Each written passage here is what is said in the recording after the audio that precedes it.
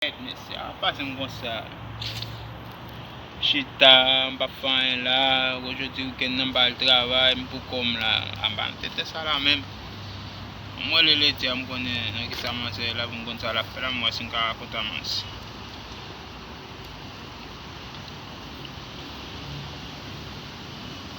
Alo be, koman e la chéri? Pa te ploj m ba jam dan do men. Ou konen mal travay, ba sa ou konen m gen weekend nan ke m pa fayen. E vwe? Ma vi ou men, bezwen ou. Ki boy la? Ok, pa yon problem. Abi ou meten mwen la, ou meten mwen sou pake akoto e, ma prive sou. Mwen ma prive sou kon ya, bam 2 minutes sebleman, ok? Ya. Ok, msou. Allez!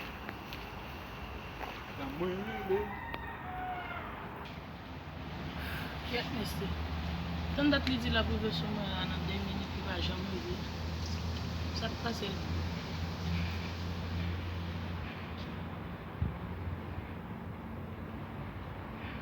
E gen kek problem nan ou kan yon.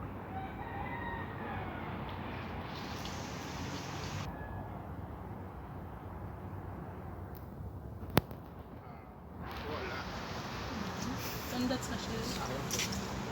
Koman e la? Mwen kon chouchou. Sa ke gri? Mwen konen se kek problem gen men plan. Kasi nan ti ma yon problem nan men. Tout sepleman te anvi wè. Je di wè se kek problem. Mwen konen yon kende bebe, yon konen map travay chak joun nan semen. E pa fok mwen chwe, ese yon konen men. Sa di wè travay? Ya. Travay sa pa bot pa men? Konen si nou pa travay, gen se yon nou pa kam... Pa ka regle yon. Se skan de wè. Travay, obligasyon. Atou belou, e ba selman te tou moun, belan pou jodi ya. Mersi papi. Ou sa gen men, so ki te pou men la. Mwen konen chéri, tot mwen yon pou. E wè? Ya. Eskize mwen wè, mwen mwen kapre le mwen. Chak joute, mwen kap sou. Mwen sa mwen, eskize mwen pou mwen. Alo?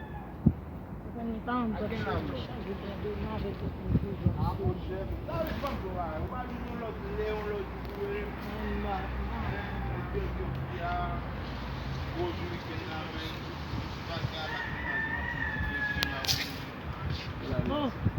Mba rekonet ou mese, kode mwen konet ou, pa fèm bagay kou sa zane.